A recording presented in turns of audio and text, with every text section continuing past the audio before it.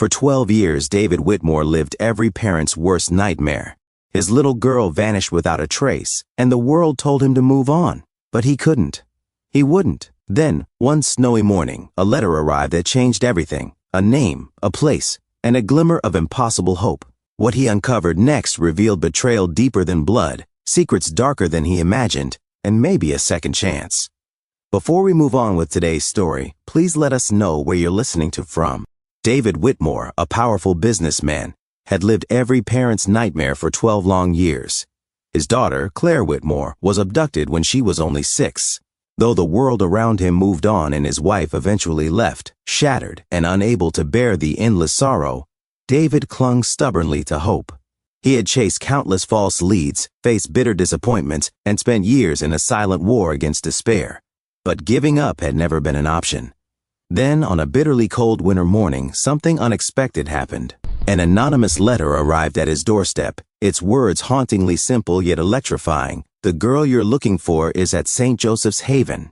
David's heart pounded wildly in his chest. Could this finally be the miracle he had spent more than a decade praying for? His heart raced. Was this another cruel hoax, or the miracle he had been waiting for? With his loyal driver, Michael Grant, David set off on a journey that would change his life forever. St. Joseph's Haven was a modest orphanage tucked away from the world. Sister Helena, cautious yet kind, welcomed David after hearing his plea. As he mingled with the children, his eyes locked on Sophie Bennett. She wore a silver bracelet, the exact one he had given Claire years ago, engraved with their secret phrase, "Forever Light." David's heart swelled with hope. He spent the day bonding with Sophie, who was quiet and guarded. Secretly, he took a strand of her hair for a DNA test. Days later, the results arrived, and they shattered him completely. Sophie was not his daughter. The truth hit David like a crushing wave, leaving him breathless and hollow. He had clung to the smallest possibility that fate had somehow brought Claire back to him through this gentle, quiet girl. Now, that dream dissolved into heartbreak. Yet, even as sorrow overwhelmed him, one thought burned brighter than all the rest. Sophie, though not his flesh and blood, needed someone. She needed him. And David realized with unwavering certainty that he could not and would not walk away from her. Sophie overheard the devastating news. Tears welled in her eyes as abandonment loomed once more. But David made a life-altering choice. Though she wasn't Claire, he refused to let her feel unwanted again. He promised to stay by her side. Through quiet talks and shared moments, they bonded. Sophie revealed faint memories of a girl named Christy, who had mysteriously vanished from the orphanage after adoption. Something didn't sit right. David reached out to his old friend Olivia Reed, a sharp and relentless lawyer. Olivia dug deep into the orphanage's adoption records. What she uncovered was horrifying: irregularities tied to a secretive donor, Eric Whitmore, David's estranged brother. Eric, consumed by jealousy and bitterness that had festered for years, had orchestrated Claire's abduction in a cold, calculated act of revenge. What had once been sibling rivalry had evolved into something far darker, festering into envy so toxic that he was willing to destroy David's life just to soothe his own fractured ego. It was this twisted motivation that led Eric down the path of betrayal, using his wealth and connections to arrange the unthinkable, stealing Claire away and severing her from the family who loved her.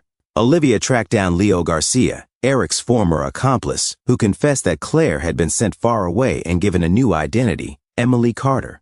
Following this lead, David, Sophie, and Olivia arrived at Brookdale Youth Center, where Emily Carter lived after her foster parents' tragic death. Emily was cold and defensive.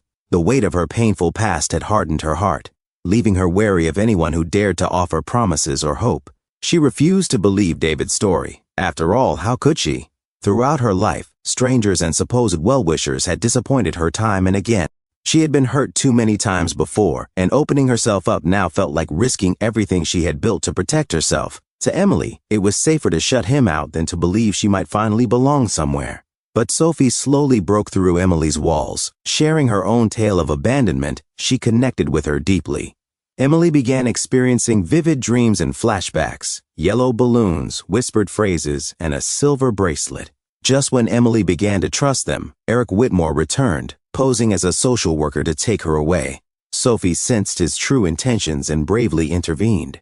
She alerted David, and together they rushed to save Emily. In a tense and terrifying alleyway confrontation, Eric tried to force Emily to leave, his voice low and menacing as he grabbed her arm and pulled insistently.